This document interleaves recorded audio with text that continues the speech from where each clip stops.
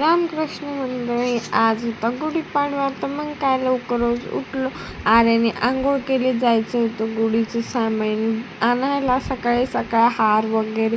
मग काय आर्याने निघालो चाय वगैरे पिऊन बाहेर गुढीचं सामान आणायला. पहिले मुकुंदवाडीतून सामान घेतलं आणि नंतर गुढीला जी साडी हे करायची होती ती मशीनवाल्या मावशीकडे होती, मग ती त्यांच्याकडून घेऊन आलो. घरी आल्यावर मम्मीने आर्याने गुढी मांडली मस्तपैकी. नंतर पूजा वगैरे केली मम्मीने आणि नंतर काय मग पाया वगैरे पडलो, निवद दाखवला. मग जेवायला आईने बोलवलं होतं वरती, पुरणपोळी केली होती, त्यामुळे मग काय सगळेच आम्ही गेलो आईच्या घरात जेवायला. मामी बी आलेल्या होत्या.